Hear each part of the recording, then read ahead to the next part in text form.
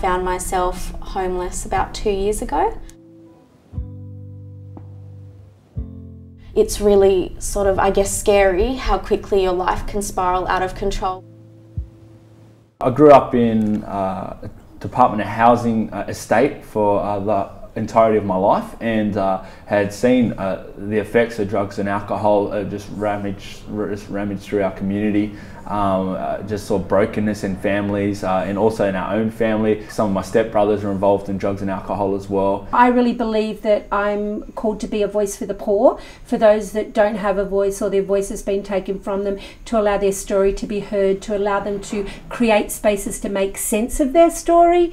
And a lot of the young people that we work with come from very traumatised backgrounds. I guess you could say I was actually born into homelessness because we were living at St Vincent de Paul in one of their safety halfway houses. My dad didn't want anything to do with me. I knew that he was in Queensland but no idea where.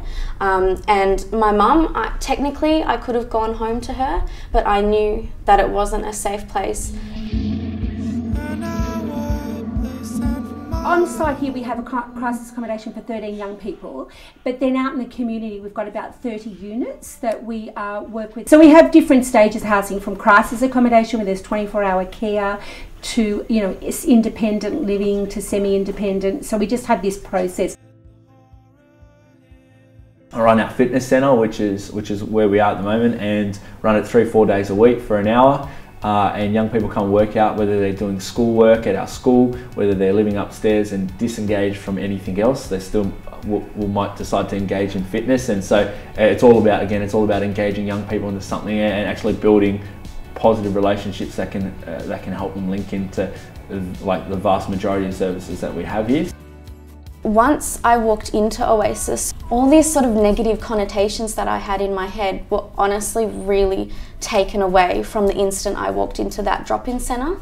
I thought it would be a really cold place, but when I got there, they were actually surprisingly welcoming. And now that I look at it, I can't understand why I felt like they wouldn't have been. But I think it was the fact that they actually sat me down, took the time to hear my story straight away. That really surprised me, because I guess after that sort of all these things happen to you, you think, why would anyone give me the time of day?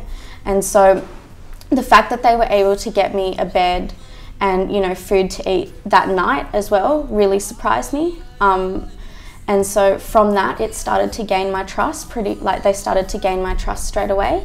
And from there it's just been a massive 2-year journey of just total support from Oasis. What motivates me every day is that I just believe that no one is ever a lost cause, that we are called to just continue to love people. Love is not a feeling, it's a choice, and we choose to love every single day, and that Oasis really is a place where we never ever give up. I just never think that we should ever give up on anyone, that we should always be there constantly in their life. The feeling is stronger. Shock it, love.